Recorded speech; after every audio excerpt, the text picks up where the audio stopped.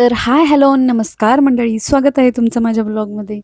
आज कार्यक्रम असल्यामुळं मला तिकडे जायचं होतं. ऑटोने मी तिकडे गेले.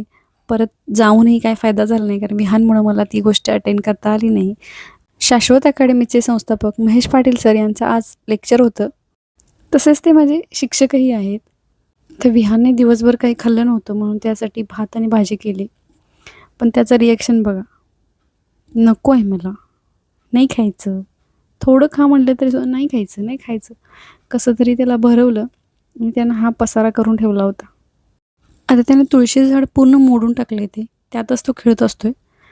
आजचा दिवस असं वाटतं की पाऊस येणार.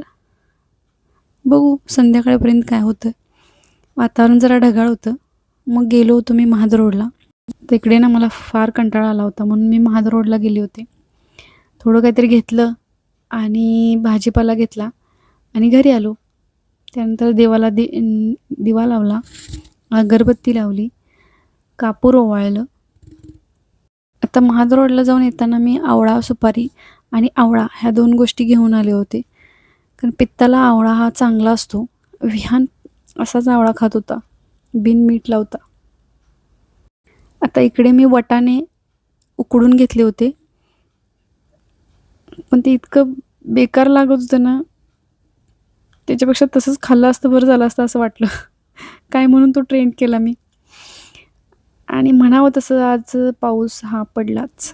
आता ह्या पावसाला काय टाईम राहिला नाही आहे.